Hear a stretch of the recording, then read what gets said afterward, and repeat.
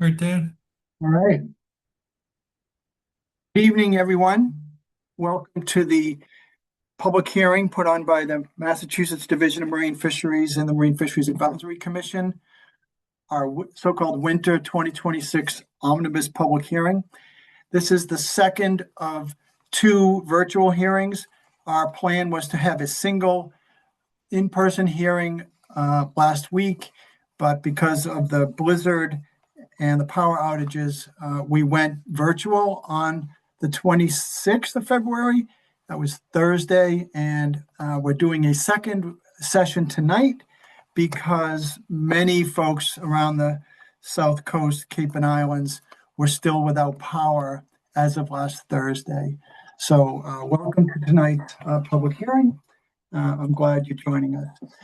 So first up, we've got some of the legal language. This hearing is being held under the provisions of General Law, Chapter 30A, and the authority at Chapter 130, which is the Marine Fisheries Statutes, Sections 2, 17A, 21, 38B, 80. And we're taking public comment on draft regulations at 322 CMR 4, 6, and 7. Those are chapters in the Code of Massachusetts Regulations. And these draft regulations seek to, one, allow coastal lobster permit holders whose corresponding vessel holds a federal lobster trap permit to permanently surrender their coastal lobster permit in a one-time exchange for an offshore lobster permit. Number two, eliminate outdated and superfluous regulated fishery permit endorsements. Number three, create a uniform sea scallop dredge width rule between state and federal jurisdictions. Four, liberalize commercial fishing limits for scup, black sea bass, and summer flounder. Number five, liberalize recreational fishing limits for bluefish. And finally, reallocate quota from the bait fishery for horseshoe crabs to the biomedical fishery. We're going to accept written public comment through the end of the day on Friday, 5 o'clock on Friday, which is 2 days from now. And please submit any written comments to the marine.fish.mass.gov mailbox. We'd appreciate that. As far as the timing for rulemaking goes, we announced these proposals at the end of January. We are in the middle of the public comment period, although we extended it an extra week. Public hearing, like I said, was last Thursday, and tonight these are virtual hearings. We hope to take as many, if not all, of the proposals to the Marine Fisheries Advisory Commission on March 17th at their in-person meeting. I believe it's in Westboro. And then final rules we anticipate would be in place in time for the start of most of our spring fisheries. As far as tonight's guidelines about process, we're going to present on each public hearing proposal. At the end, there'll be an opportunity for questions and comments. For you folks as attendees who want to comment, please use the raise hand function to create a queue to ask a question or make a comment. If your audio does not work, you will be given an opportunity at the end of the queue. Commenters will be provided one opportunity to comment on each topic. DMF will work its way through the queue of first-time commenters first. If time permits, individuals may be given an additional opportunity to comment on each item. Please limit the comments to 2 minutes. Please speak clearly and concisely. Comments should be respectful, directed to the agency, DMF, and address DMF's proposal or of a direct nexus to the proposal. DMF will cut short any comments that stray from these directives. If comments become redundant, we may move on from the topic or only accept additional comments that present another perspective. We encourage all participants to also submit written comments because all written comments are provided to the Marine Fisheries Advisory Commission as an attachment to the agency's final recommendation.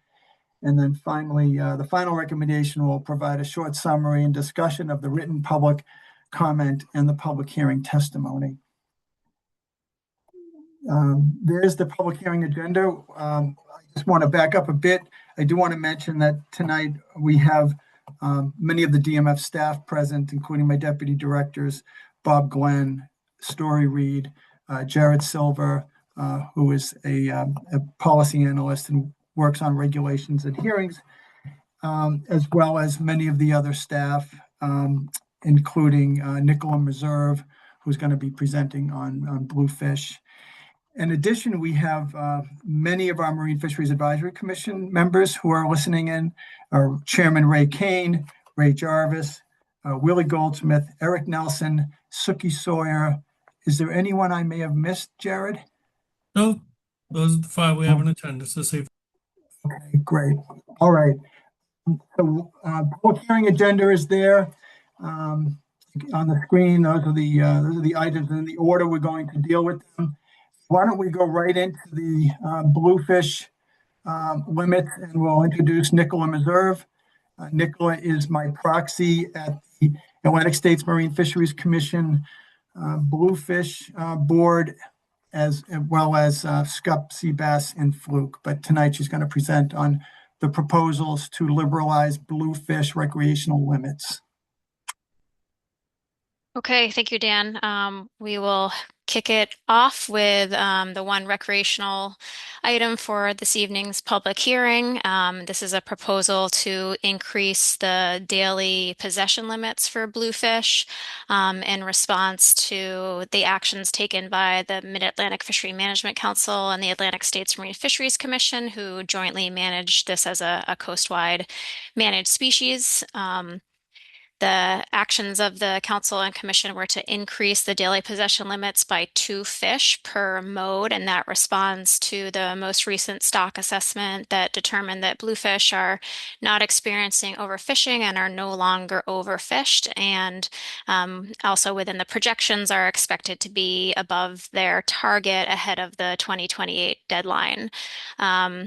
That rebuilding plan started in 2020, and that was when the bag limits were reduced from 15 fish, regardless of whether you were fishing from a private vessel or shore or a for-hire vessel, and they were reduced to 3 fish per angler if fishing from the shore or a private vessel, and 5 fish if fishing from a for-hire vessel. So that was the beginning of the rebuilding program. This is the first opportunity to liberalize those measures during the rebuilding program. There is not a requirement that the rules stay status quo during the rebuilding plan, but instead can respond to increases in the recreational harvest limit. And so that is what resulted from the 2025 stock assessment, is that there is a 40% increase in the coastwide allowed harvest of bluefish for 2026.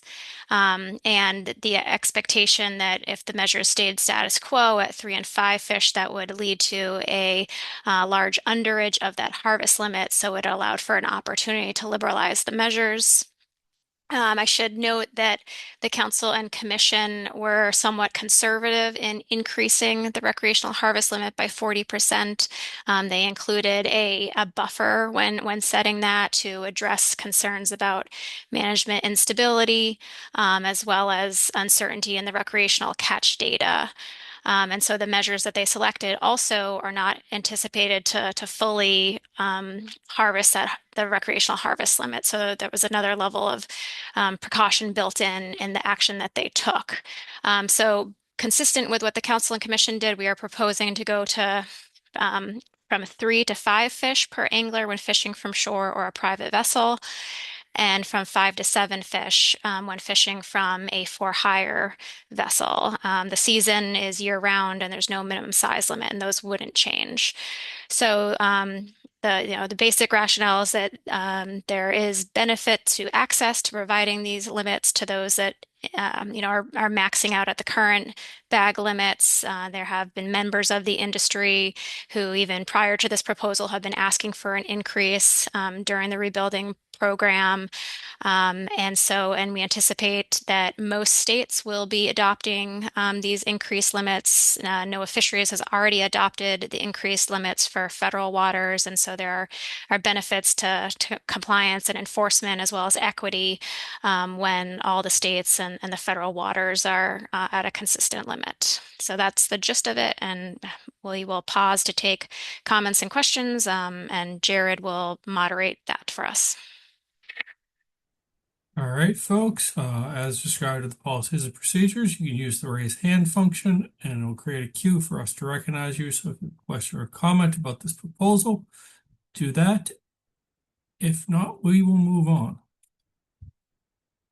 Jared Tossig, you're recognized. You may unmute yourself and provide your comment or question. Yeah, just a quick question. I'm wondering why we would penalize shore fishermen, or for that matter, reward boat anglers. Why wouldn't they have the same limits for both, whatever the number is? Thanks.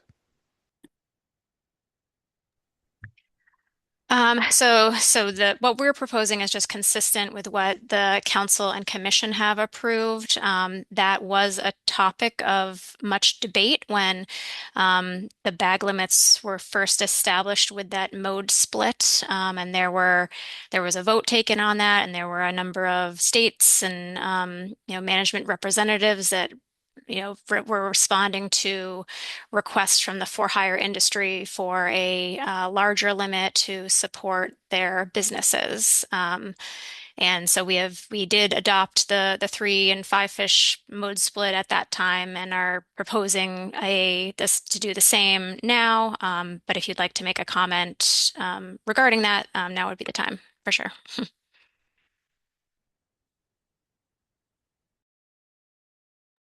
Are there any additional questions or comments?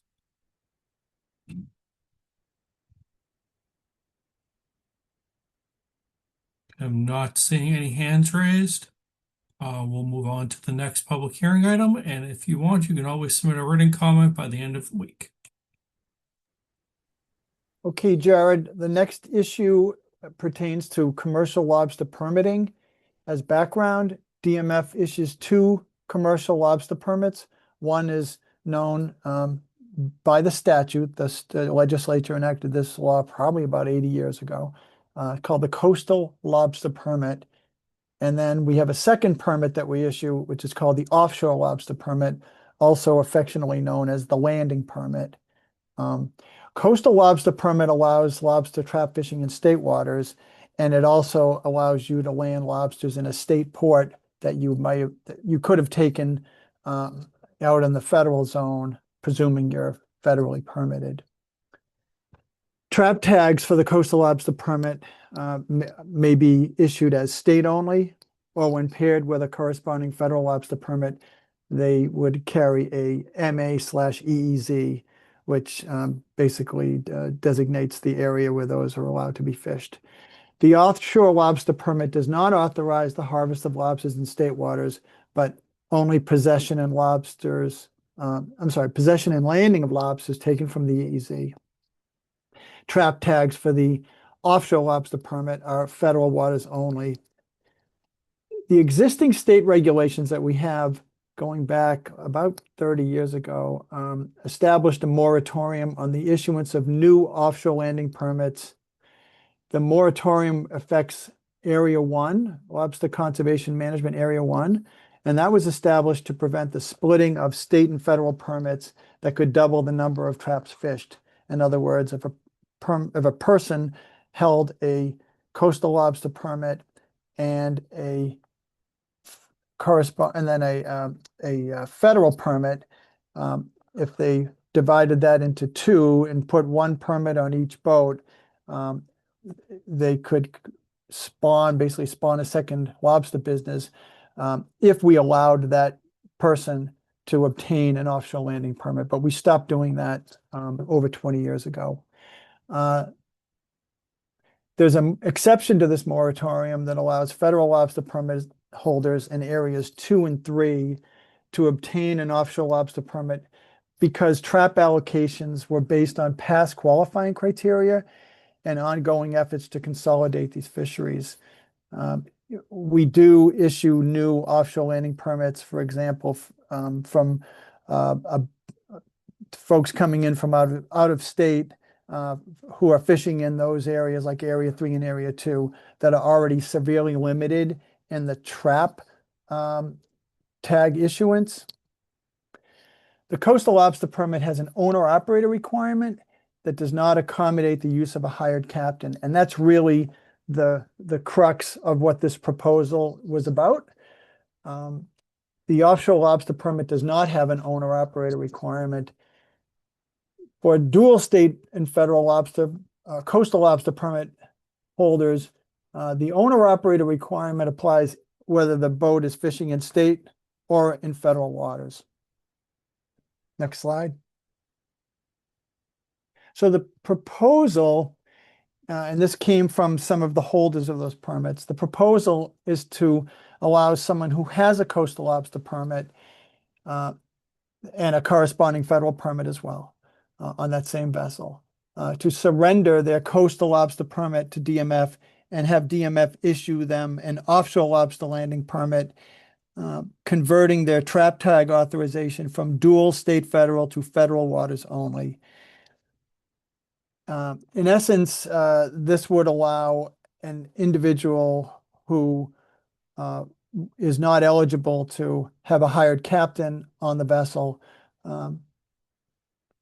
hire a captain, because that limitation on owner-operator, since it only applies to the coastal lobster permit and not the offshore landing permit, you can see how that would work.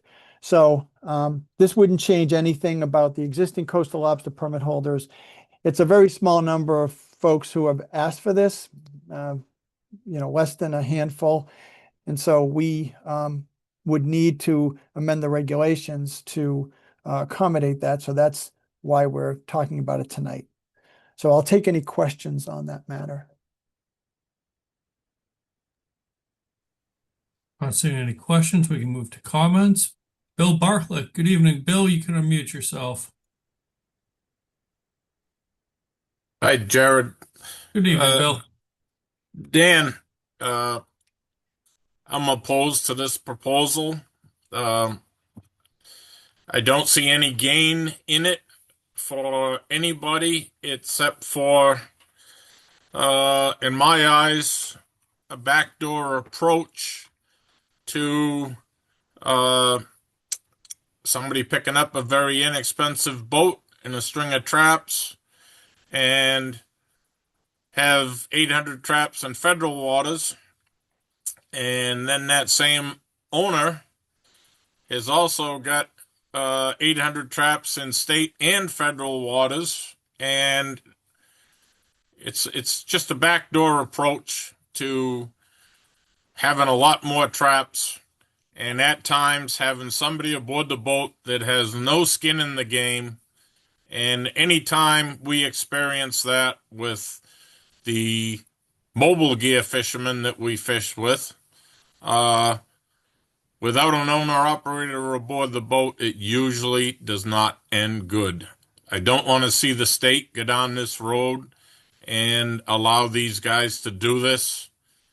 My own personal opinion, we tried for this 25 years ago on the LCMTs.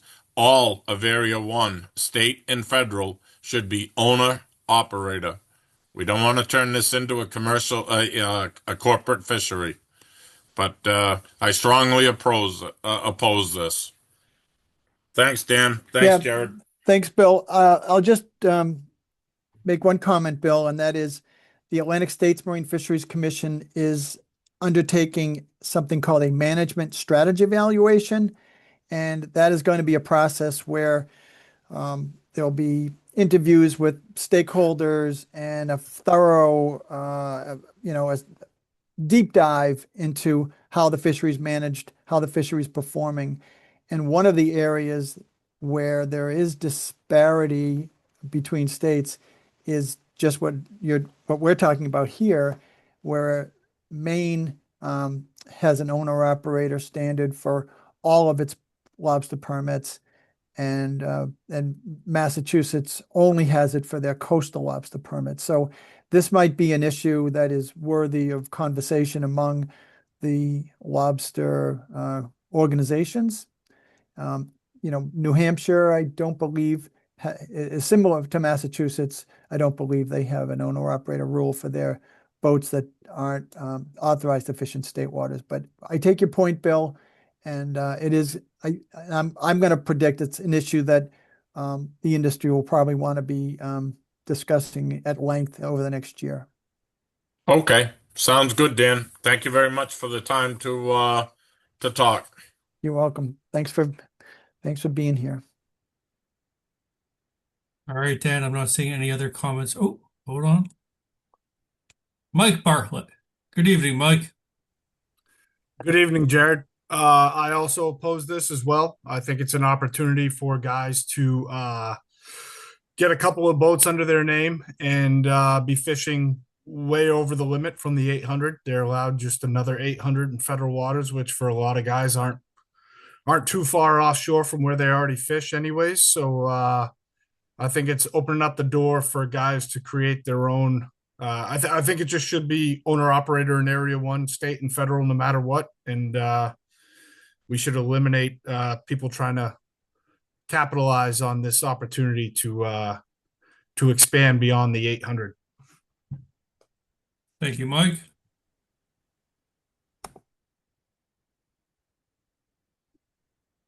And now I'm not seeing any further hands raised, Dan, so we'll proceed Okay. to the Yeah, next. Can you hear me, Oh. Jared? Oh, You see This is Suki? Suki. Can you hear me? I can, Suki, yes. Yeah, I couldn't raise my hand. I just wanted to speak as the president of the Lobstermen's Association. Go right ahead. Okay, thank you.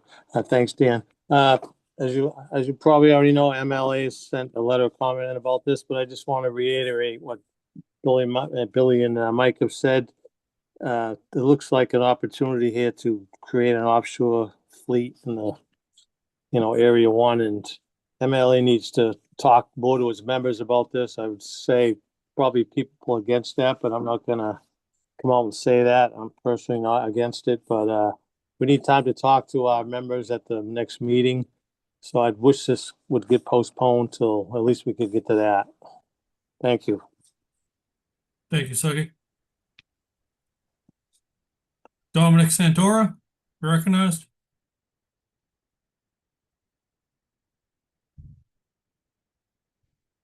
Dominic, you're muted. Take that you don't want to be recognized right now. Come back to you later if you want to say something on this, please do. All right, next topic. Yeah, next topic is an interesting one. The Mobile Gear Coastal Access Permit sub-endorsements. DMF created the Mobile Gear Coastal Access Permit back in the early 90s in response to the federal actions that were being taken to close many of the in large areas out in the federal zone for ground fishing. And Director Coates at the time, who was heavily involved, as an active New England Fisheries Management Council member, as we still are today, came back from some of those meetings and was convinced we needed to create this permit to sort of prevent an onslaught of additional effort being displaced by the closures in the federal waters into state waters. So we created the Mobile Gear Coastal Access Permit, and then over the next few years, we created additional sub-endorsements. We basically allowed anybody who had a coastal access permit also to get these additional, what we call sub-endorsements. And they were primarily either specific to an area being fished or to the species being targeted. So the various sub-endorsements were squid, whiting, sea herring, and then something called the North Shore Mobile Gear, which is an area north of Cape Ann that we'd been managing for many decades prior to that action.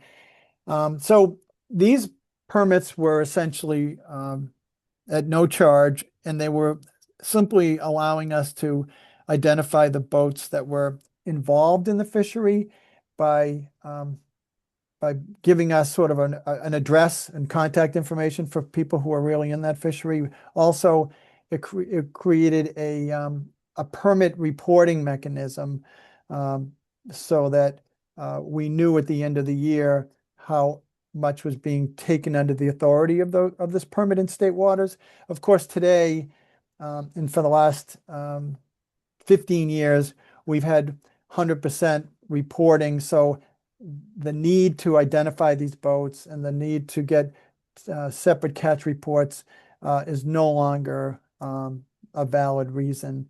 And so we're proposing to eliminate the CAP sub-endorsements, including a CAP scallop dredge endorsement. That was an interesting set of endorsements as well. When we issued the coastal access permit, what we learned is there were probably, I don't know, less than a dozen boats that really weren't groundfish dragging, which is most of the focus for the coastal access permit, but some of these boats were in the small side and were active towing a scallop dredge. And so this CAP scallop dredge endorsement limited the boat to just towing a scallop dredge. So we're proposing to eliminate these endorsements. We don't think they're necessary anymore, which doesn't mean that anybody who has a coastal access permit would be denied participating in the fisheries. It means you don't need this extra layer of permitting. We are proposing that anyone with a scallop dredge coastal access permit will now hold just a normal coastal access permit. So anyway, again, this is going to reduce permitting burden. Our trip over reporting is already getting us all the information we need, and we don't believe that this is going to result in really any change in behavior at all. So it's really just kind of a cleanup of our regulations. So I'll take any questions and comments.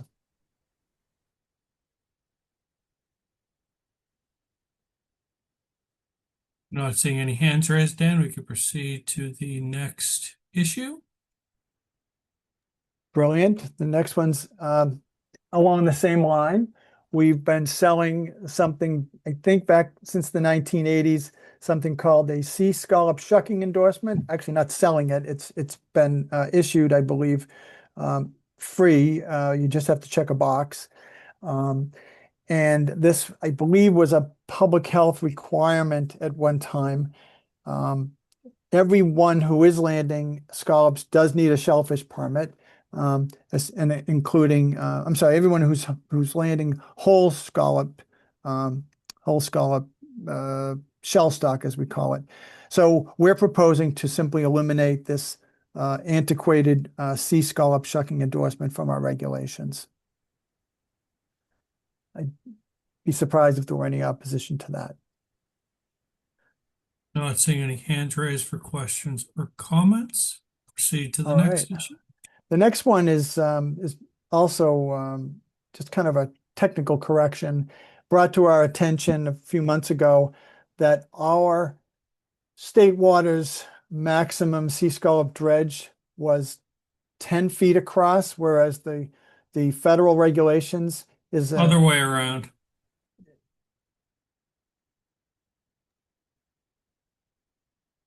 Oh, wait. No. Yeah, so we want to increase our sea scallop dredge by 6 inches so that the rules, those with federal permits would be able to come into state waters without having to change the gear. So it's simply it's a technical correction. It's not going to result in any alteration of fishing behavior. Questions or comments? You can raise your hand. If not, we'll proceed to the next issue. Jared, now we're into scup, All right, so I'll like sea bass and fluke. take the baton from you if you like. Thank you. All right. So I'm going to handle the next 3 proposals dealing with commercial scup, sea bass, and fluke. Actions. We'll start with SCUP. The 2025 stock assessment showed the species is not overfished nor experiencing overfishing, with the biomass at 323% of its target and the fishing mortality only at 55% of its threshold. For the next 2 years, 2026 and 2027, we expect the state quotas to be the range of 1.45 million pounds this year and 1.31 million pounds next year. This is a slight decrease from last year's quota of 1.64 million pounds, but still a very elevated quota reflecting the rather high biomass of the species.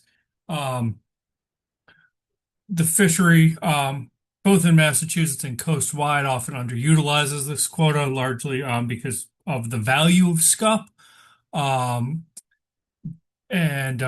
summertime fishery, which is the period the quota period that the state manages, May through September, we generally land about 600,000 pounds under the current regulatory program. And so that results in a underage of about 50% on average year to year. So we have received part of the reason for that underage again is markets. This quota was also derived at a period of time when we allowed kind of large industrial scale activity in state waters that isn't allowed today, such as pair trawling and night trawling. So our ability to access the full quota is somewhat limited given the markets and the gears that target it. However, we did receive a request from industry to amend the June limits. As you'll see in the current measures table, we opened the state water summertime fishery in May with an 800-pound trip limit and 5 fishing days per week. But then in June, we go to a 400-pound trip limit, so a 50% reduction in catch and 3 open fishing days a week. So it's a much more constrained fishery in June. That is a result of various permutations of the SCUP regulations over the years where we've liberalized certain seasons but opted not to liberalize the June season because that was the time when spawning occurred because that is the time when spawning occurs in state waters. And we felt, particularly at the beginning of these liberalizations to the SCUP limits, after the species was rebuilt about 15 years ago, that maintaining a lower limit of spawning or lower limits during the spawning season would be beneficial to maintain that rebuild. At this juncture, given the biomass is 300+% higher than its target, and the fact that these quotas aren't utilized, we think that there's greater benefits derived from providing access in June than we do in the spawning benefits.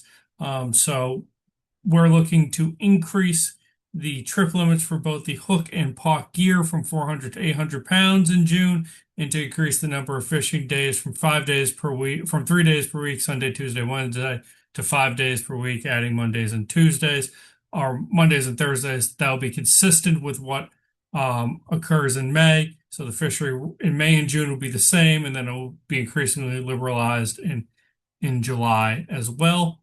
So I will take any questions or comments on that. Jacob Angelo, you're recognized. You're going to mute yourself.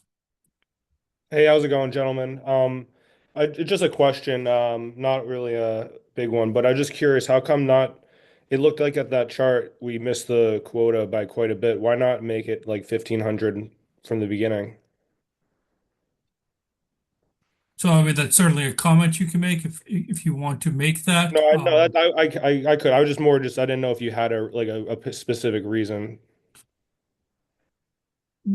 That is generally we've had lower commercial fishing limits for hook and line and pot gear during the spring because that's a period that co-occurs with when a lot of our recreational fishing activity is occurring.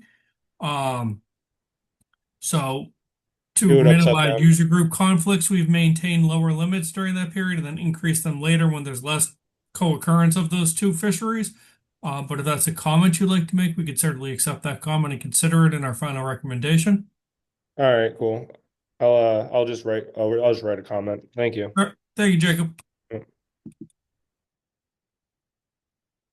Nicole Vias, you're recognized. You can unmute yourself. Hello, good to be with you. My name is Nicole Vias. I'm a medical student at Boston University. My comment is in opposition to this proposal.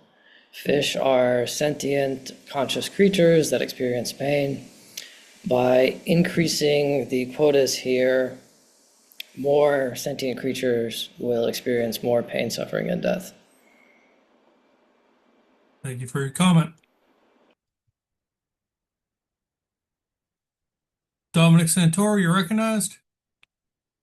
Hi, Jared. Thank you. But just a comment. One of the probably the biggest reason this fishery is underutilized and underperforms is because of the size limit on the cod end we have to tow during the summer trawl fishery. It's 6.5 inches. It's really tough to retain any scup at that size. So that was just a comment I wanted to make. Thank you, Dominic. Not seeing any other questions or comments. Dan, I'm going to move on to the next issue. So all three of these issues, scup, sea bass, and fluke, are going to be all similar in context. The stock assessment for sea bass shows that the species is not overfished nor experiencing overfishing. Spawning stock biomass is at 284% of its target, and fishing mortality only at 73% of its threshold. The coastwide quota for this year is increasing by 30%. So our quota will go from almost 800,000 pounds in 2025 to just over 1 million pounds in 2027. This is about commensurate with landings in 2024, where I think we approached like 980,000 pounds. So, recent fishery performance this year, we took the quota on October 24th and closed the fishery. And we generally close the fishery between mid-September and mid-October. And most of the last 5 years, we've taken at least 95% of the quota in those years.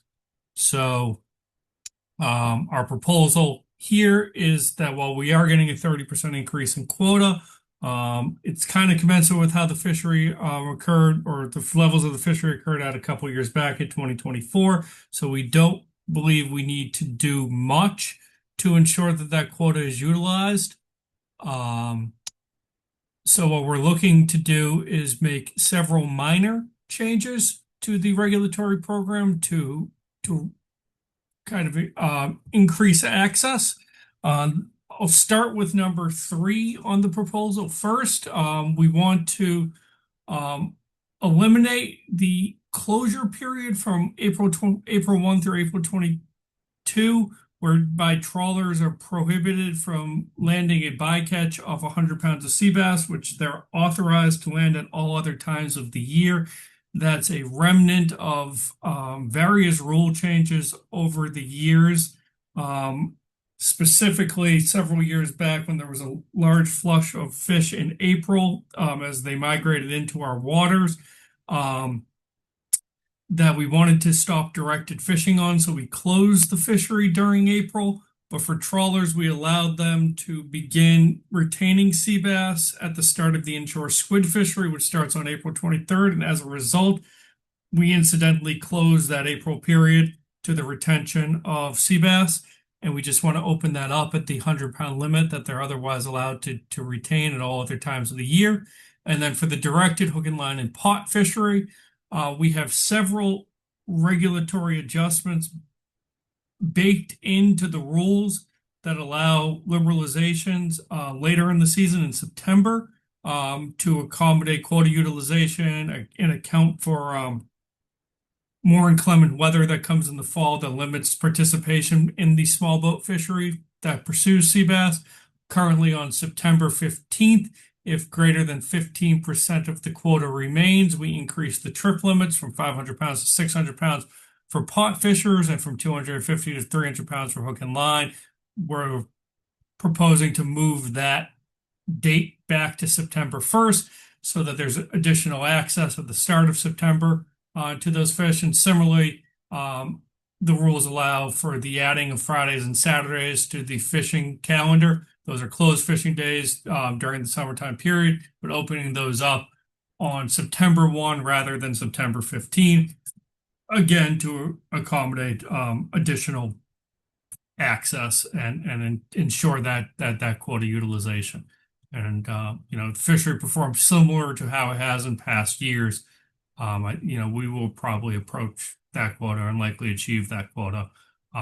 Come the end of the fall, and there is a strong interest in maintaining this fishery into the fall so that there can be a bycatch of sea bass in the hook and line fishery when the tautog fishery is ongoing, and because this fish remains available to many of our vineyard fishermen who can kind of follow that migration further south a little bit later, well into November, and it gives them an opportunity to continue to catch those fish during that late fall period. So, this attempts to balance those various interests. So I'll take any questions or comments.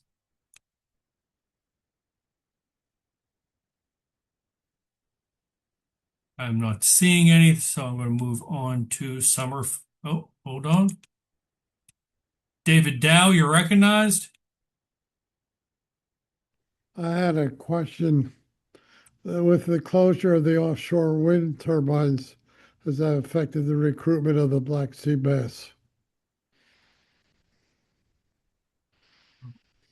We have no evidence to suggest that the wind turbines have affected the recruitment of black sea bass.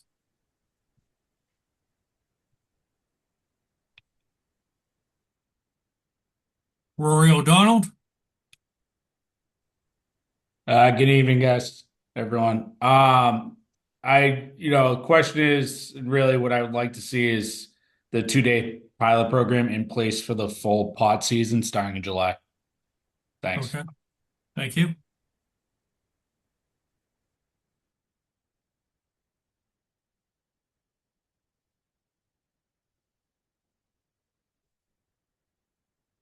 All right, moving on to summer flounder. So, one more comment. Jacob Angelo, you're recognized. Yeah, I mean, I just I was gonna write a comment, but I kind of agree with what Rory said that I would like to see it open up a little bit sooner. Because if those guys in the vineyard they don't go in November and everyone else can't go get them. I mean, I have seen it in years where I don't think we filled the quota or it came really late in the season. So it's kind of unfortunate when you're struggling. It's almost better to, get it done in October than try to stretch it into November. Yeah, I want to make clear that I wasn't saying that the intention was to stretch this into November, but rather to continue it into the fall, recognizing that those vineyard fishermen have access to this resource into November. I For think, sure. Yeah. I think what we're looking to do is maintain kind of that still mid to late October closure by just slightly modifying some of these limits to encourage a little additional take in September. Would you ever consider, and I can write this in my written comment, but like another trigger that would maybe increase the limits, if you got to like October 15th? I'll put it in my comments. Yeah, yes, please do. I mean, Yep. we've become pretty fond of these quota dependent triggers, so Cool. I'd be happy to review that. Thank you. Thank you. Yep. Hey, Jared, on to Fluke. On to Fluke. All right, so stock assessment shows species is not overfished and not experiencing overfishing. The spawning stock biomass is at 83% of its target and fishing mortality at 74% of its threshold. The biomass is projected to increase above the target by this year. So that was last year's stock assessment, and based on recruitment, we're expecting that biomass to become above the target this year. With that, the coastwide commercial quota is increasing by 45%, and Massachusetts quota is increasing by 75% because we get a larger share. We have a 6.8% baseline share, but that share increases when the coastwide quota exceeds 9.55 million pounds. And with that happening this year, we're going to get a larger share of the pie. So our increase is going to be 75%. So our state quota will increase from about 600,000 pounds to about 1 million pounds. You'll look at the right. In most years, the annual running total of landings in most years, we don't really approach that million pounds. We did in 2023, but in most of the past few years, landings have been about 600,000 pounds on average. In 2024, the quota was reduced to 600,000 pounds. We took no actions based on prior year's performance, 22, 23, 21. No, not so much 20, and we decided to just let it play out, and close the fishery, in September and expecting that we get into September and October, and just not have a lengthy fall fishery and utilize the whole quota. What happened in 2024 is that the fishery closed on August 26th. That created a lot of consternation among some of our rank and file inshore fishermen who wanted to see continued access to this fishery into September and early October when the fish remain inshore, or begin to migrate offshore. So we made several amendments to the management program to constrain harvest for the 2025 season. That included eliminating Saturdays as an open fishing day and reducing the trip limits for the period one fishery from 5,000 pounds to 2,000 pounds, and with period one being the wintertime fishery, and then decreasing the summertime trip limits from 600 pounds for net fishers to 500 pounds and 400 pounds for hook fishers to 325 pounds. And then we added a couple quota dependent triggers in there to reduce trip limits in season if we were hitting certain performance metrics that indicated to us that we'd likely not have quota available in September. In 2025, we were successful in constraining the use of that quota and promoting a closure later in the season. The fishery closed on October 26th, and that was largely due to a very active October fishery that we don't see in all years, but there was a good fishery in federal waters in October off Block Island this past year that really boosted our landings and resulted in that quota closure. And you can see that in the bottom black line on the bottom. Next year, with the increase in the quota to about 1 million pounds, we're looking to unwind those regulatory constraints that we made in 2025 in response to the 2024 fishery performance. This includes adding Saturdays back in as an open fishing day during the summertime fishery, increasing the trip limits for net fishers from 500 to 600, and increasing the trip limit back up to 400 pounds from 325 for hook fishers. And for the period one fishery, going back to kind of creating a quota-based mechanism to fluctuate between the current management program and the historic management program. So historically, the quota was split between the period one and period two fishery on a 30-70 allocation, with the period one fishery receiving 30% overall, the period two fishery receiving 70% overall, plus any underage from period one. But when the quota was reduced, one of the things we did in 2025 was to ensure that more quota was given to the period two fishery, as it benefits more fishermen and the fish are more valuable at that time of year. We reduced that allocation to 15% and 85%. So what we're looking to do is have a quota-based metric, 750,000 pounds, use that as a threshold, and go back to the historic 30-70 split when we have a higher magnitude quota, and then go to the current 15 and 85% split when we have a lower magnitude quota.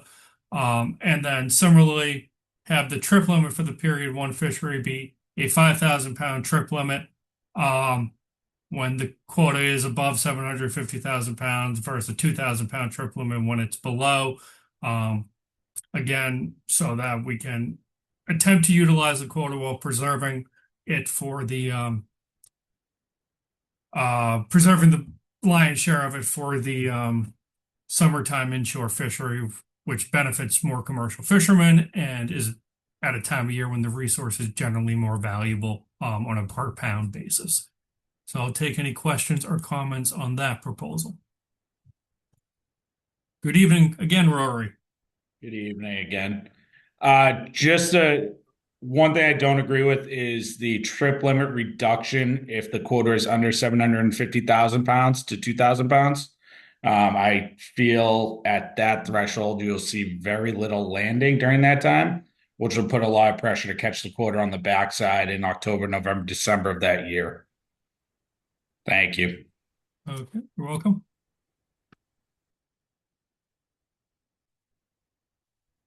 Any other comments? Rory, would you like to add something about the fall?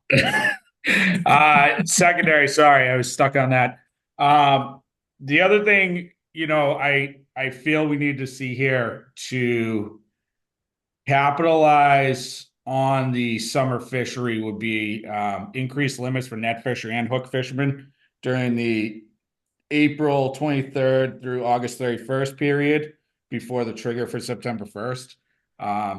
We would like to see 800 pounds a day for trawl fishermen, 600 pounds a day for rod and reel, and ensure that the 2-day landing is in place during that time. And if you want my ideas about the fall, just let me know.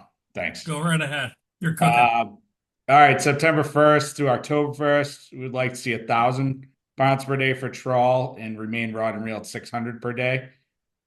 It'll just be, I think it's pointless raising it at that point. Now for what we saw this year, which was at 10,000 pounds in October, we feel that 5,000 pounds for October is efficient. And then if over 20% of the quota is remaining on November 1st, we increase that to 10,000, which would ensure that we would fill what is left over by the end of the year. Thank you. Thank you, Rory.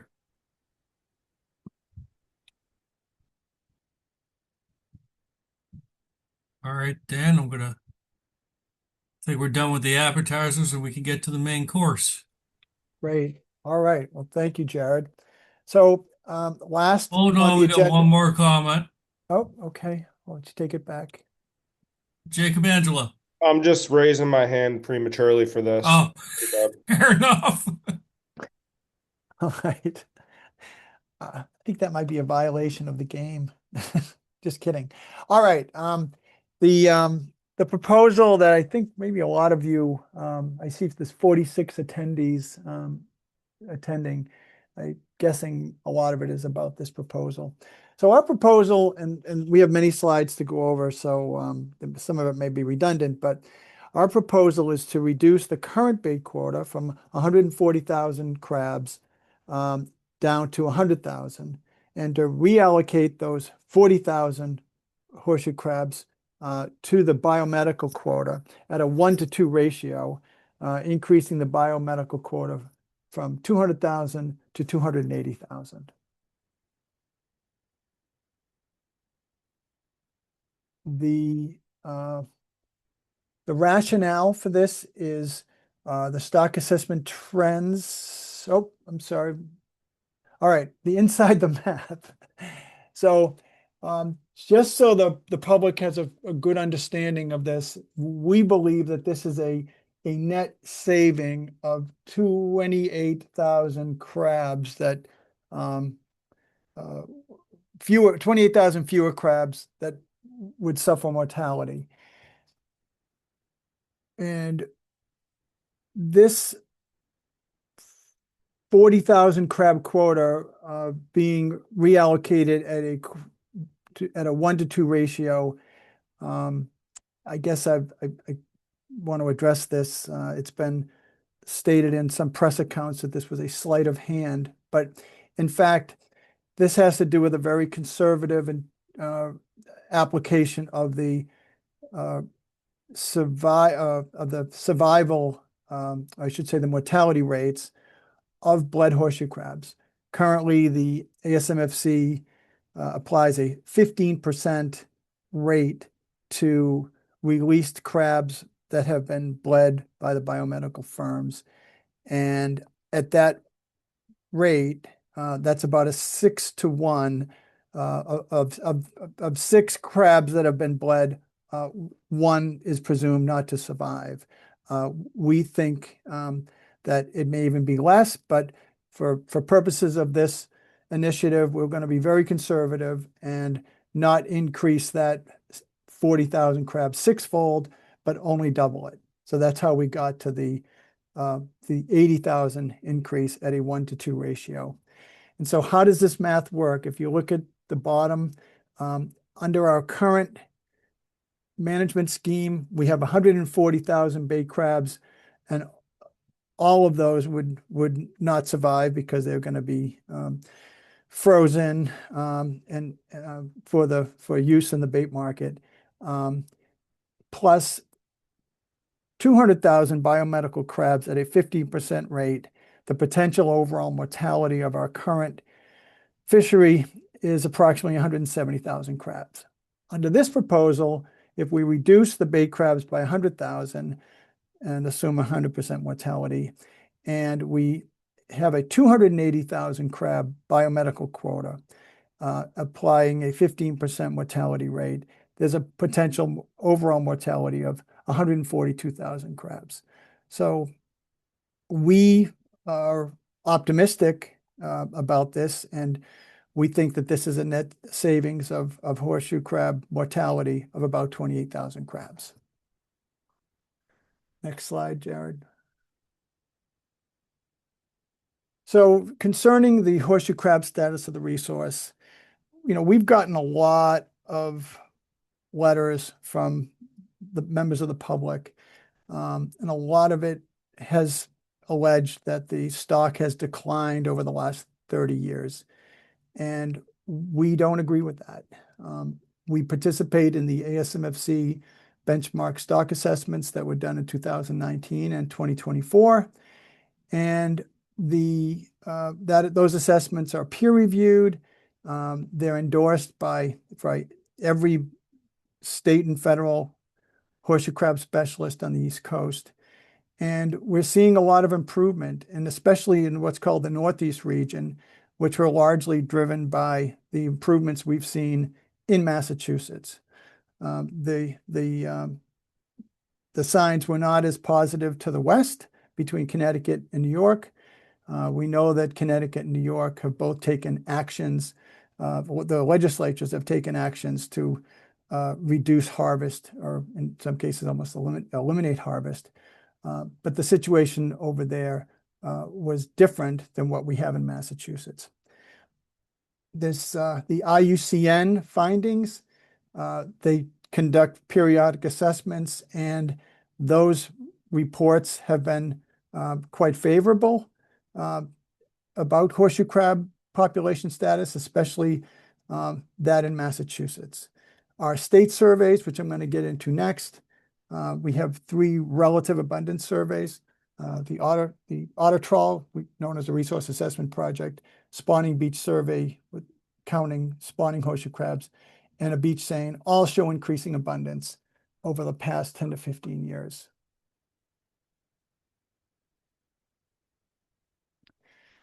The horseshoe crab results from our trawl survey do vary from year to year. The stations that are selected to tow, we cover all of state waters by strata. The actual locations are subject to some amount of randomization, so it's not unexpected that there would be year-to-year variability in our numbers. But as you can see, the trends are quite positive in the south of Cape Cod area, where our fishery is occurring. And you'll also see a lot of the improvement came about after 2010, when we adopted the lunar closures. These 2 sets of graphs, from north of Cape Cod on the left and south of Cape Cod on the right, are on different axes. So I just want to point that out to folks who might be studying these results. there's far fewer crabs north of Cape Cod than there are south of Cape Cod, no doubt related to thermal preferences. Our fishery is predominantly in the South Coast and Cape and Islands area. So there's negligible harvest north of Cape Cod. So these are the results from the horseshoe crab spawning beach surveys. You can see the designation of the location, and a lot of these surveys are done, I suspect, by many of the folks who are on this call or participating in this webinar. So, and we really do appreciate their contributions to these counts. And you can see the preponderance of green showing positive trends over the 15 and 30-year period. I would also like to mention that the NA designation is there for a variety of reasons, including the time series surveys either being stopped or being so short that we can't use those particular locations to look at the trend analysis. But you can see that there's a lot of positive recruitment signs and a positive results, and especially this past year or past 2 years, I think some of our beaches have had the highest numbers on that have ever been recorded. And I have Derek Perry on the call tonight, and he can answer some of the technical questions as well. So all the Nantucket Sound sites show increasing trends over the past 10 to 15 years. We have some really interesting locations like Pleasant Bay, and those areas have been harvested for over 50 years, and those remain in the positive side. We turned Pleasant Bay into a biomedical only area about 15 years ago. And so there's a lot of regulations that have been layered on this fishery. And again, we do appreciate the contributions made by volunteers who go out sometimes in the cold in May and early June and sometimes at night to count these crabs. So next slide, Jared. This is the horseshoe crab DMF beach saint survey, and it is done in 3 embayments on some of our south-facing salt ponds. This survey was started by DMF back in the late 70s to monitor winter flounder abundance. But everything is counted that comes up on the net, and you can see that that there's clearly an upward trend since the early 2000s. And that's what's so difficult for us to translate some of the concerns people have been writing to us about, insisting that horseshoe crabs have collapsed in the last 30 years. And we're seeing just the opposite. Next slide, Jared. Just a quick summary of horseshoe crab management that we've done over the last few decades. Again, in 2000, the 330,000 bait crab quota was established under the interstate plan, along with mandatory reporting systems. We closed Pleasant Bay to bait harvest. That was an interesting development. What happened back in 2005 and 6 was we had a pretty massive red tide outbreak, and many of the shellfishers were displaced and prevented from their usual harvest. And there was a spike in bait crab harvest coming from an area that had been almost exclusively harvested for biomedical purposes. So we made that a biomedical only area, and that was the action taken at that time. In 2008, we reduced the bait quota by half to 165,000 after sort of examining sort of the historical basis for our older quotas and the fact that the fishery was not coming close to that larger quota. We thought it'd be more appropriate to have a much smaller quota in line with what we felt was sort of the standing stock. In 2010, we replaced what was weekend closures with the 5-day lunar closures to try to protect more crabs in the act of spawning. And we also added a minimum size at that time. In 2023 and 2024, we made some even more significant actions when we, in 2023, we reduced the bait quota again to 140,000. And then we established the first ever biomedical quota of 200,000 crabs. No other state that has a biomedical fishery has a quota, but we wanted to cap the quota at approximately the level of harvest that was going on. With the introduction of a second biomedical firm, we thought we would be wise to get it under control, and we also have biomedical processing quotas where that 200,000 crab quota is split by the two firms. And finally, in 2024, we took another action to enhance spawning success by putting in April 15th to June 7th harvest closure. And that's to all crabs and for any purpose, whether it be biomedical or bait. And, many other states that have analogous closures, I think still allow some biomedical harvest or some male harvest during that time. But at this point, we have a very conservative 7-week closure that we're just now in 2026, we'll have our third year of that. And we're hopeful that we do have, maximum egg laying and maximum recruitment from the available spawning stock. Also, we added as a state regulation all of the federal closures. So that way the Mass Environmental Police could assist their federal counterparts in making sure that crabs aren't being taken off of any of those closed beaches or closed areas. Else it would be a state violation, which makes matters pretty simple for a state environmental police officer if they don't have to deal with a so-called federal case.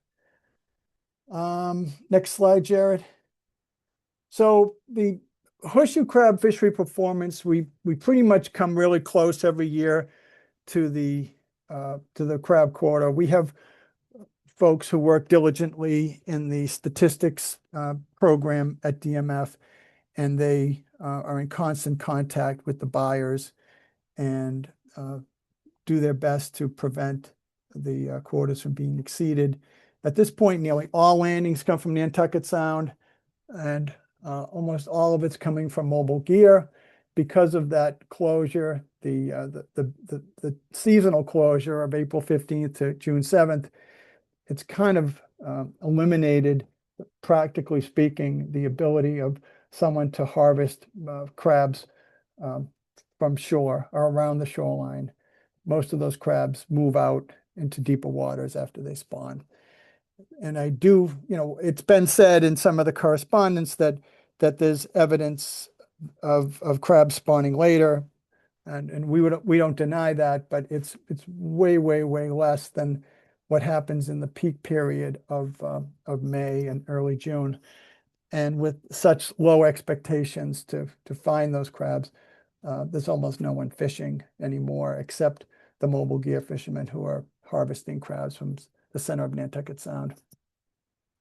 About 20 draggers annually participate in this fishery and sell to about 10 dealers.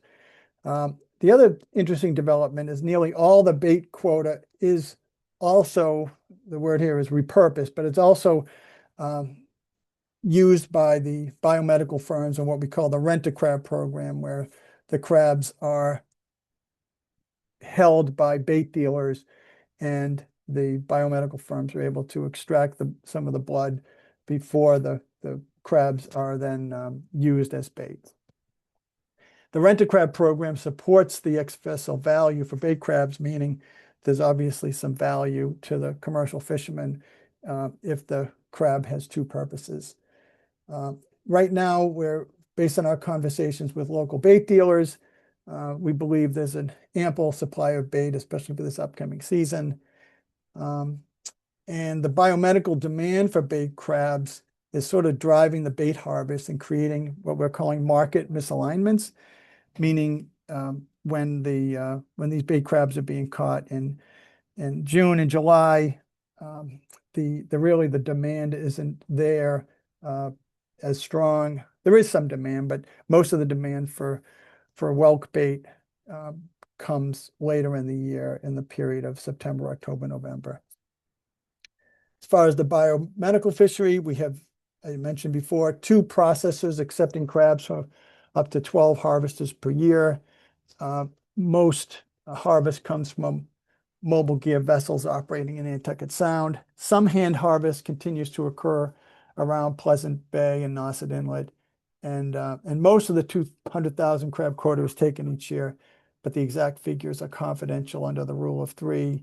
And that's an issue for all states and the federal government, that whenever we try to reveal statistics about landings or fishing performance, if we don't have at least three entities into that cell, so to speak, we're not allowed to reveal that. It's not because we're trying to keep it a secret, but that's the rule of fishing statistics confidentiality.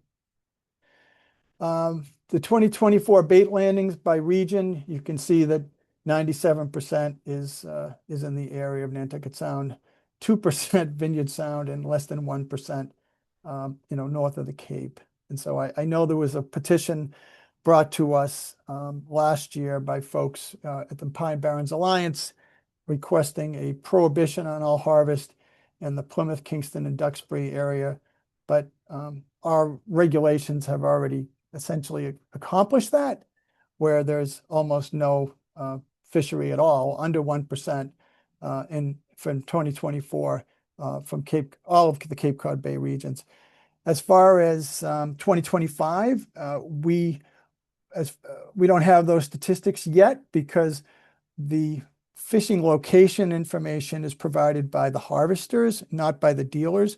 So we have to work through all of the harvester data, and usually takes us about half a year after the season is over to generate those statistics. As far as the conch pot fishery performance, horseshoe crabs are the primary and preferred bait in the conch pot fishery.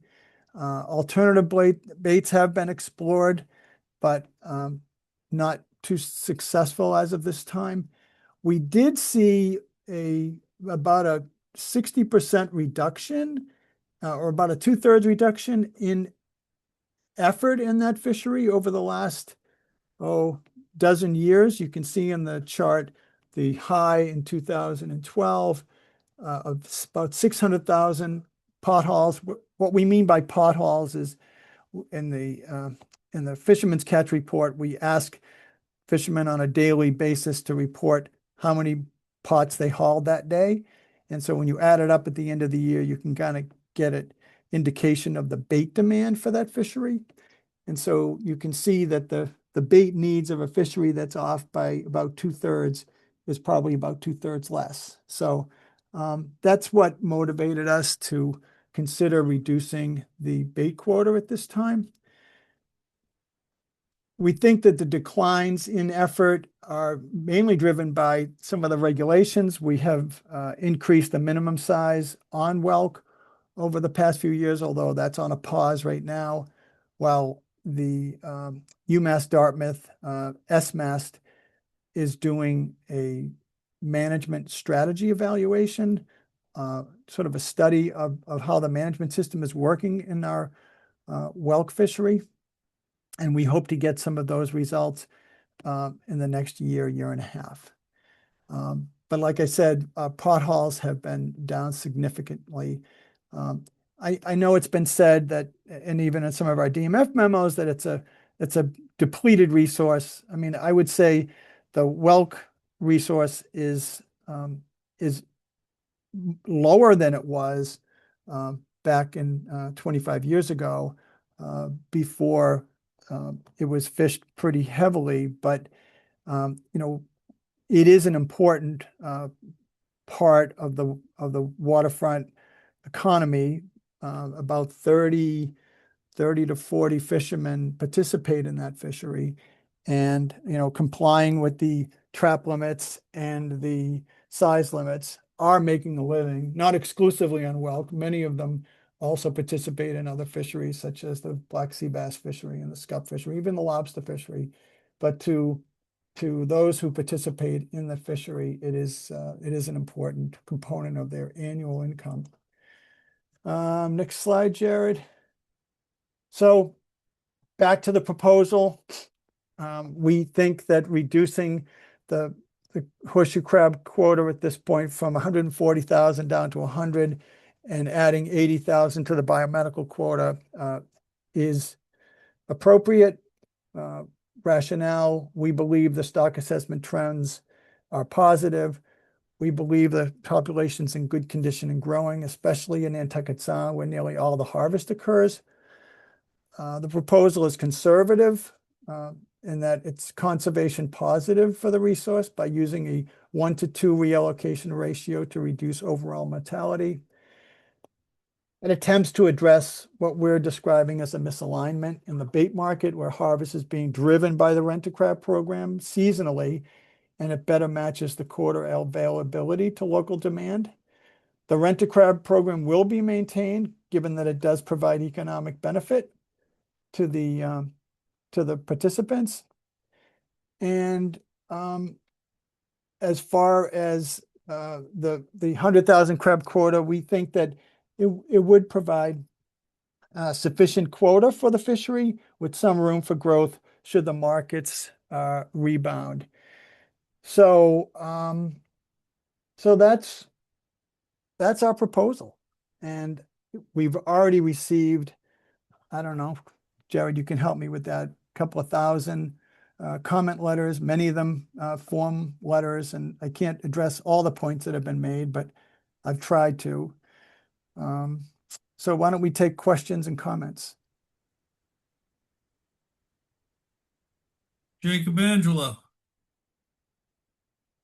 Thank you very much, guys. I was gonna ask, could I know you guys recommended 2 minutes, but I'm closer to like 5 or 6 minutes, but I have a written statement that I'd like to read, and considering I might be outnumbered like 1 to 5, maybe it's fair. Yeah, go for it. Thanks. All right, so my name is Jake Angelo, and I am a commercial fisherman and wholesaler in the town of Barnstable.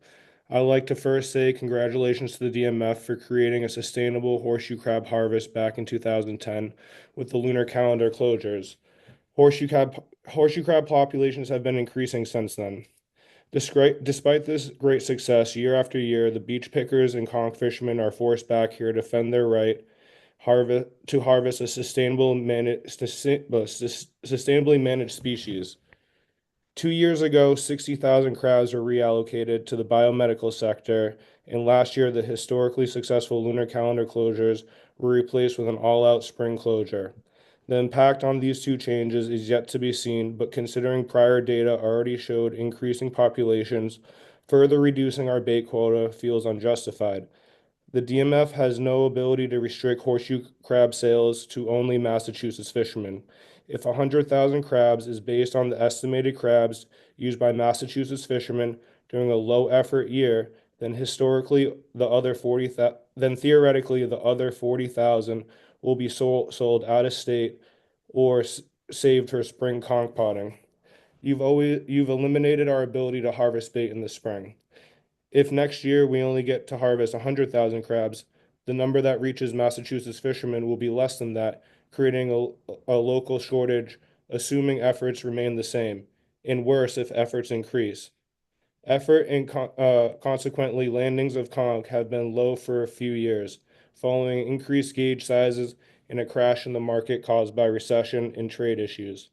However, there has been an uptick in price this year, which will likely entice more effort if the trend continues.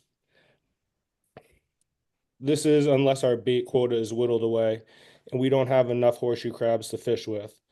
How would you feel if there was an increase in effort and there was a shortage of crabs for the Massachusetts fishermen? The vast majority that supports this proposal are extremely misinformed people who believe the horseshoe crab population is in jeopardy.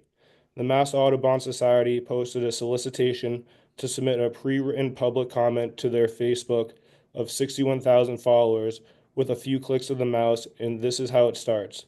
Horseshoe crabs are iconic and valuable members of a biodiverse ecosystem. However, in Massachusetts, they're harvested for bait, despite populations struggling to keep up. Meanwhile, yesterday, I saw the DMS Facebook uh, post, good news, horseshoe crab populations are increasing in Massachusetts.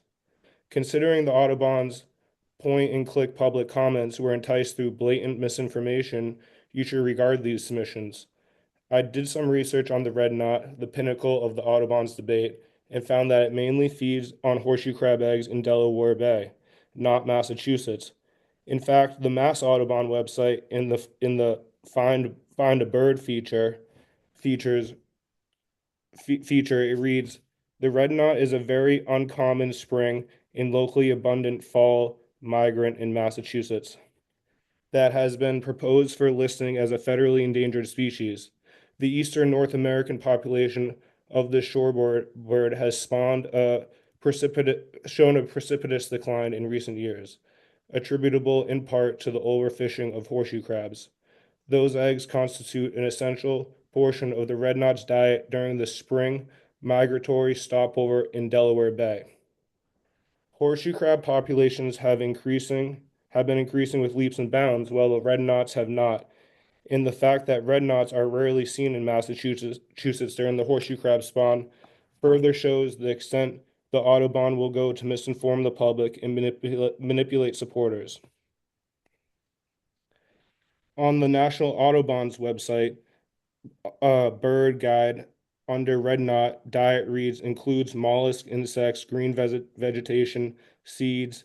In migration and winter, feeds on small invertebrates that live in the mud of intertidal zones, especially small mollusks, also marine worms, crustaceans. On breeding grounds, feeds mostly on insects, especially flies, also eats much plant material, especially early in breeding seasons when may be scarce, including shoots, buds, leaves, and seeds. I find it strange there's no mention of horseshoe crab eggs, and considering its migratory range and diet, I find it hard to believe harvesting from increasing horseshoe crab populations are the reason for their decline. All right, Jake, are you close to finishing up? Like 2 minutes. Okay. So Try to NOAA make has it quick. Go NIA ahead. denied the petition to include horseshoe crabs in the endangered species list, saying that we find that the claims presented by the petitions do not comprise substantial scientific or commercial information, including indicating inadequacies of existing regulatory mechanisms, such as a reasonable person conducting an impartial scientific review would conclude that listing may be warranted. These Audubon people are certainly not reasonable. If I had $1 for every I saw a horseshoe crab when I was a kid, I'd be a rich man. The reality is these individuals are experiencing the Mandela effect. They are all folks in their retirement who likely don't get out on the water as much when they were kids. Because if they did, they would see the same horseshoe crabs everywhere that the scientists and the fishermen are observing. I'm 34 years old and I've been on the water my entire life, and I actually see way more horseshoe crabs now than when I was a kid. Just look at all the sheds from the DMF pictures online. As far as the repeated claims that the conch fishery is overfished, that at one point may have been true, but it's not true in 2026. Your trawl surveys are not capable of adequately sampling a nocturnal subterranean species during the day. Since DMF can't justify funding a proper conch population survey for a fishery only worth $1.5 million, you have classified them overfish, which has been used as ammunition against us. In your letter to the Marine Fisheries Advisory Commission in November regarding the bill at the State House to outlaw horseshoe crab harvest, you said banning bait harvest will have significant direct and indirect impacts to the Commonwealth seafood industry. Although horseshoe crabs are not consumed by the Yeah, public, but Jake, we're not entertaining any closure of the bait fishery. So let's not talk about that. Like, that's not tonight's proposal. That's Okay, something well, that's in the legislature.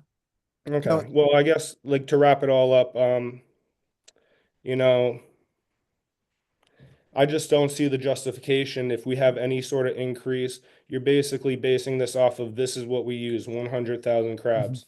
This is all the fishermen in Massachusetts need. But we know that you can't prevent anyone from selling them out of state, and you can't adjust in the fall to an increase in Mhm. effort. Yeah, I mean in Right. October. I appreciate that. Okay. Thanks, Jake. Yep. No, I look forward to reading your letter in Yep. details. Thank you. Thank you, Jacob.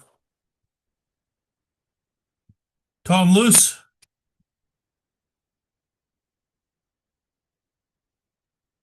Tom, you have to unmute yourself.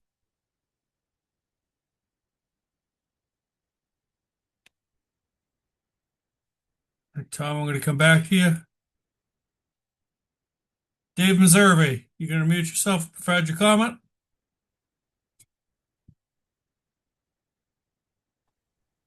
Hello, can you hear me? Oh, I can, Dave. Go right ahead. okay, yeah. Thanks for the opportunity, Jared, Dan, and the staff for the opportunity to make a comment. From the presentation, I learned some important facts. Three independent sources found an increase in the populations, and I also learned that the 2025 data hasn't been analyzed yet. For these reasons, I oppose the proposal, and I feel as though the quota, a reduction of the quota. Although I do feel like an alignment between the bait, daily possession limits between the bait and bio should be aligned to 400 or 500 a day. If this proposal is passed, it would further negatively affect the horseshoe crab, conch, and fluke fishermen. However, if the Marine Fisheries Advisory Committee decides to move forward without up-to-date data and surveys and the inability to predict the consequences of their decisions, you know, I feel as though there should be an allowance for this subject to be revisited in the future. Maybe in a couple of years. So, I appreciate the time to comment. I'd also like to applaud Jacob Angelo for his comment because I really feel as though he nailed it, and I appreciate you giving him extra time to talk. Thank you very much, and I'll submit written comment. Thanks, Thank David. you, Dave. Anyone else that would like to raise any questions or comments regarding this subject? Dominic Santora. Hi, Jared. Thank you, and thank you to DMF staff. I first like to say that I fully support the comments made by Jake Angelo. I think he hit the nail right on the head. And I also support previous comments that Dave just made. Like I said before at the last MFAC meeting, if this does go through, which I do oppose it, but if it does go through, I'd like to see a sunset clause after 2 or 3 years so it can be evaluated automatically. I think the slide you showed tonight where the conch fishery seemed to have a significant rebound this year, so we don't know after a couple of years if that keeps trending up, which hopefully it does. Those guys are going to need more bait, and I think that's important to give that to them. I think also one thing that we haven't really talked about is the need for the horseshoe crab market to be available for the bycatch fishery, for the trawl fishery. And I think with the switch to biomedical, it's starting to leave a few guys out and has potential to leave even more guys out without markets to sell because the biomedical limit is so high, the harvest limit. I think maybe we might have to consider that during the fluke season that the biological limit and the bait limit be more in line with each other, and then possibly after September or into September sometime, it returned to 1,000 crab. So appreciate your time. Thank you. Thank you, Dominic.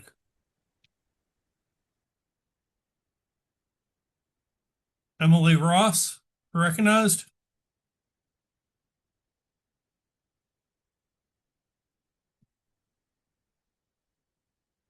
Emily, are you there? Emily, I'll come back to you. It seems like you're unmuted, but we can't hear you. Colin Urquhart, you're recognized. You can unmute yourself, Colin. Good evening. Good evening. Hi, I first want to say I appreciate the chance to speak on this topic, and I also appreciate all the measures that have taken place over the past 16 or so years to ensure that we have horseshoe crabs for years to come. But I am also completely opposed to the reallocation, or this particular one, or in any reallocation of the bait crabs, just due to the current position of the conch market. Like everyone else had said, you know, yeah, you look at the last few years under great management increases, the effort went down. But if all goes according to plan with the DMF's original structure, that should all come back. And then we're going to be left with a useless fishery and we have no bait for the traps and it'll be over. So I would like to second everything Jake Angelo said, and thank you very much for allowing him some extra time, because although it may have been long-winded, it was very factual, and everything in that was accurate to my knowledge. So thank you. Thank you, Colin.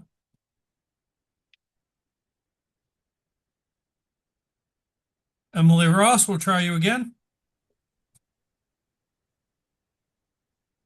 Can you hear me? I can now.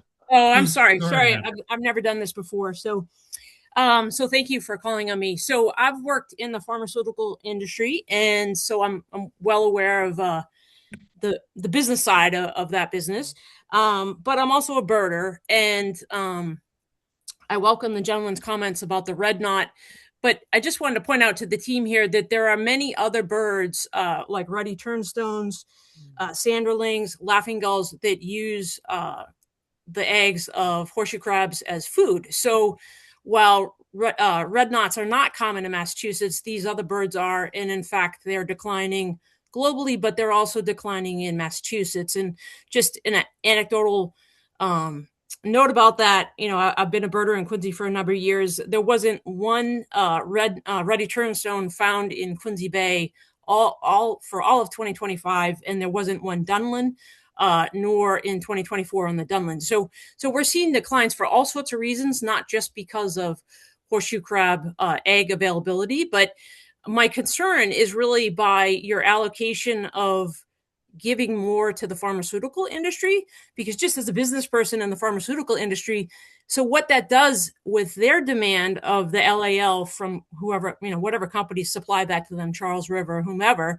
the synthetic, is now their demand goes down. And so long-term, their price is going to go up for what they pay for that synthetic. So I'm not really sure that you're helping those businesses long-term and helping them transition to a synthetic alternative to horseshoe crab eggs, or horseshoe crab blood, excuse me.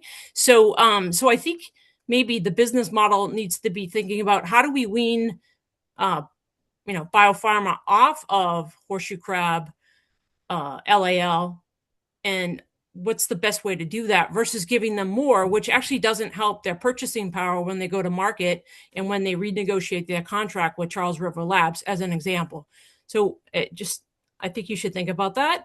I can't speak to the bait fish industry. I'm not, unfortunately, I'm not versed on that, but I do have concerns with declining bird populations globally, as we've all heard. By just giving more crabs to industry, I just don't think that's a great solution when there are synthetics available. Thank you for your comment.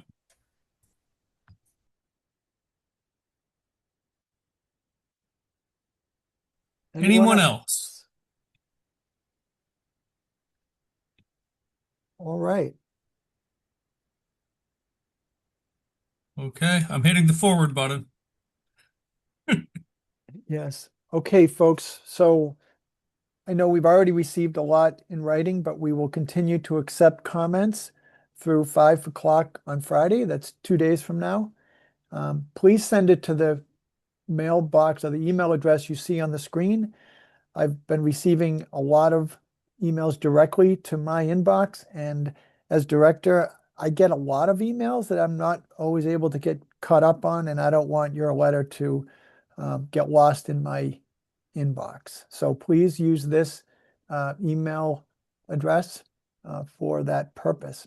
Thank you very much for attending tonight's hearing, and we look forward to continuing our management of all these species. So thanks again. I'm glad folks had a chance to finally speak. I'm glad everybody got their power back on after that hellacious blizzard. So be well, and we look forward to hearing from you again.